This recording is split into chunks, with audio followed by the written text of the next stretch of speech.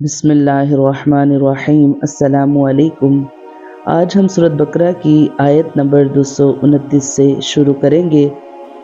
الطلاق مرتان فإمساك بمعروف أو تسريح بإحسان ولا يحل لكم أن تأخذوا مما آتيتموهن شيئا إلا أن يخافا ألا يقيما حدود الله فإن خفتم ألا يقيما حدود الله فلا جناح عليهما فيما افتدت به تلك حدود الله فلا تعتدوها ومن يتعد حدود الله فأولئك هم الظالمون فإن طلقها فلا تحل له من بعد حتى تنكح زوجا غيره فإن طلقها فلا جناح عليهما أن يتراجعا إن ظنا أن يقيما حدود الله وَتِلْكَ حُدُودُ اللَّهِ يُبَيِّنُهَا لِقَوْمٍ يَعْلَمُونَ۔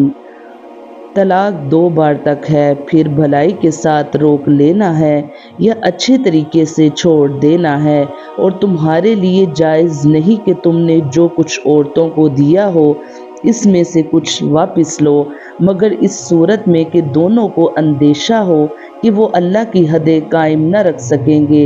تو اگر تمہیں خوف ہے کہ میاں بیوی اللہ کی حدوں کو قائم نہ کر سکیں گے تو ان پر اس مالی معاوضے میں کچھ گناہ نہیں جو عورت بدلے میں دے کر چھٹکارا حاصل کر لے۔ یہ اللہ کی حدیں ہیں، ان سے آگے نہ بڑھو، اور جو اللہ کی حدوں سے آگے بڑھے تو وہی لوگ ظالم ہیں۔ اچھے طریقے سے روکنے سے مراد رجوع کر کے روک لینا، اور اچھے طریقے سے چھوڑ دینے سے مراد ہے کہ طلاق دے کر عدت ختم ہونے دے، کہ اس طرح ایک طلاق ہی بائنہ ہو جاتی ہے۔ شریعت نے طلاق دینے اور نہ دینے کی دونوں صورتوں میں بھلائی اور خیر خواہی کا فرمایا ہے۔ ہمارے زمانے میں لوگوں کی ایک بڑی تعداد دونوں صورتوں میں الٹا چلتی ہے۔ طلاق دینے میں بھی غلط طریقہ اور بیوی کو رکھنے میں بھی غلط طریقہ۔ اللہ تعالیٰ ہدایت عطا فرمائے۔ 3 طلاقیں 3 مہینوں میں دی جائیں، یا ایک مہینے میں، یا ایک دن میں، یا ایک نشست میں، یا ایک جملے میں، بہر صورت تینوں واقع ہو جاتی ہیں اور عورت مرد پر حرام ہو جاتی ہے۔ 3 طلاقوں کے بعد بغیر شرعی طریقے کے مرد عورت کا مباشرت وغیرہ کرنا حرام و ناجائز ہے، اور ایسی صلح کی کوشش کروانے والے بھی گناہ میں برابر کے شریک ہیں۔ وَإِذَا طَلَّقْتُمُ النِّسَاءَ فَبَلَغْنَ أَجَلَهُنَّ فَأَمْسِكُوهُنَّ بِمَعْرُوفٍ أَوْ سَرِّحُوهُنَّ بِمَعْرُوفٍ وَلَا تُمْسِكُوهُنَّ ضِرَارًا لِتَعْتَدُوا وَمَنْ يَفْعَلْ ذَلِكَ فَقَدْ ظَلَمَ نَفْسَهُ وَلَا تَتَّخِذُوا آيَاتِ اللَّهِ هُزُوًا وَاذْكُرُوا نِعْمَةَ اللَّهِ عَلَيْكُمْ وَمَا أَنزَلَ عَلَيْكُمْ مِنَ الْكِتَابِ وَالْحِكْمَةِ يَعِظُكُمْ بِهِ وَاتَّقُوا اللَّهَ وَاعْلَمُوا أَنَّ اللَّهَ بِكُلِّ شَيْءٍ عَلِيمٌ۔ وَإِذَا طَلَّقْتُمُ النِّسَاءَ فَبَلَغْنَ أَجَلَهُنَّ فَلَا تَعْضُلُوهُنَّ أَن يَنكِحْنَ أَزْوَاجَهُنَّ إِذَا تَرَاضَوْا بَيْنَهُم بِالْمَعْرُوفِ ذَلِكَ يُوعَظُ بِهِ مَن كَانَ مِنكُمْ يُؤْمِنُ بِاللَّهِ وَالْيَوْمِ الْآخِرِ ذَلِكُمْ أَزْكَىٰ لَكُمْ وَأَطْهَرُ وَاللَّهُ يَعْلَمُ وَأَنتُمْ لَا تَعْلَمُونَ۔ اور جب تم عورتوں کو طلاق دو اور وہ اپنی عدت کی اختتامی مدت کے قریب تک پہنچ جائیں تو اس وقت انہیں اچھے طریقے سے روک لو یا اچھے طریقے سے چھوڑ دو، اور انہیں نقصان پہنچانے کے لیے نہ روک رکھو تاکہ تم ان پر زیادتی کرو، اور جو ایسا کرے تو اس نے اپنی جان پر ظلم کیا۔ اور اللہ کی آیتوں کو مذاق نہ بنا لو، اور اپنے اوپر اللہ کا احسان یاد کرو، اور اس نے تم پر جو کتاب اور حکمت اتاری ہے اسے یاد کرو۔ اس کے ذریعے وہ تمہیں نصیحت فرماتا ہے، اور اللہ سے ڈرتے رہو اور جان رکھو کہ اللہ سب کچھ جاننے والا ہے۔ اور جب تم عورتوں کو طلاق دو اور ان کی عدت کی مدت پوری ہو جائے تو اے عورتوں کے والیو، انہیں اپنے شوہروں سے نکاح کرنے سے نہ روکو جبکہ آپس میں شریعت کے موافق رضامند ہو جائیں۔ یہ نصیحت اسے دی جاتی ہے جو تم میں سے اللہ اور قیامت پر ایمان رکھتا ہو۔ یہ تمہارے لیے زیادہ ستھرا اور پاکیزہ کام ہے اور اللہ جانتا ہے اور تم نہیں جانتے۔ طلاق والی عورت کی عدت ختم ہونے سے پہلے رجوع کرنے یا نہ کرنے کا اختیار ہے، لیکن اس اختیار کو ظلم و زیادتی کا حیلہ بنانا ممنوع و ناجائز ہے۔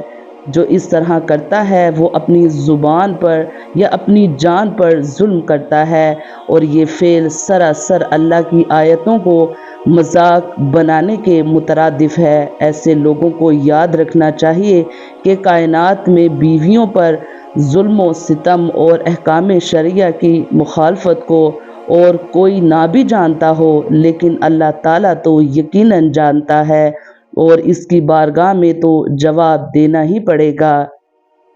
جب کسی عورت کی عدت گزر جائے اور عدت کے بعد وہ عورت کسی سے نکاح کا ارادہ کرے، خواہ وہ کوئی نیا آدمی ہو یا وہی ہو جس نے رجعی یا 3 سے کم بائنہ طلاق دی تھی، تو اگر وہ مرد دو عورت باہم رضامند ہے تو عورت کے سرپرستوں کو بلا وجہ منع کرنے کا حق نہیں۔ والوالدات يرضعن أولادهن حولين كاملين لمن أراد أن يتم الرضاعة وعلى المولود له رزقهن وكسوتهن بالمعروف لا تكلف نفس إلا وسعها لا تضار والدة بولدها ولا مولود له بولده وعلى الوارث مثل ذلك فإن أراد فصالا عن تراض منهما وتشاور فلا جناح عليهما وإن أردتم أن تسترضعوا أولادكم فلا جناح عليكم إذا سلمتم ما آتيتم بالمعروف واتقوا الله واعلموا أن الله بما تعملون بصير۔ اور مائیں اپنے بچوں کو پورے 2 سال دودھ پلائیں۔ یہ حکم اس کے لیے ہے جو دودھ پلانے کی مدت پوری کرنا چاہے، اور بچے کے باپ پر رواج کے مطابق عورتوں کے کھانے اور پہننے کی ذمہ داری ہے۔ کسی جان پر اتنا ہی بوجھ رکھا جائے گا جتنی اس کی طاقت ہو۔ ماں کو اس کی اولاد کی وجہ سے تکلیف نہ دی جائے اور نہ باپ کو اس کی اولاد کی وجہ سے تکلیف دی جائے، اور جو باپ کا قائم مقام ہے اس پر بھی ایسا ہی حکم ہے۔ پھر اگر ماں باپ دونوں آپس کی رضامندی اور مشورے سے دودھ چھڑانا چاہیں تو ان پر گناہ نہیں، اور اگر تم چاہو کہ دوسری عورتوں سے اپنے بچوں کو دودھ پلواؤ تو بھی تم پر کوئی مضائقہ نہیں، جبکہ جو معاوضہ دینا تم نے مقرر کیا ہو وہ بھلائی کے ساتھ ادا کر دو، اور اللہ سے ڈرتے رہو اور جان رکھو کہ اللہ تمہارے کام دیکھ رہا ہے۔ یعنی اس حکم پر عمل کرنا تمہارے لیے زیادہ پاکیزگی طہارت کا باعث ہے، کیونکہ بعض اوقات سابقہ تعلقات کی وجہ سے عورتیں غلط قدم بھی اٹھا لیتی ہیں جو بعد میں سب کے لیے پریشانی کا باعث بنتا ہے۔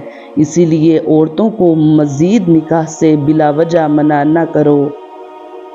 ماں کو ضرر دینا یہ ہے کہ جس صورت میں اس پر دودھ پلانا ضروری نہیں اس میں اسے دودھ پلانے پر مجبور کیا جائے، اور باپ کو ضرر دینا یہ ہے کہ اس کی طاقت سے زیادہ اس پر ذمہ داری ڈالی جائے۔ یہ آیت کا یہ معنی ہے کہ نہ ماں بچے کو تکلیف دے اور نہ باپ۔ ماں کا بچے کو ضرر دینا یہ ہے کہ اس کو وقت پر دودھ نہ دے اور اس کی نگرانی نہ رکھے، یا اپنے ساتھ مانوس کر لینے کے بعد چھوڑ دے، اور باپ کا بچے کو ضرر دینا یہ ہے کہ مانوس بچے کو ماں سے چھین لے یا ماں کے حق میں کوتاہی کرے جس سے بچے کو نقصان پہنچے۔ اللہ تعالی ہمیں قرآن پاک پڑھنے کی، اس کو سمجھنے کی، اس پر عمل کرنے کی توفیق عطا فرمائے۔ آمین یا رب العالمین۔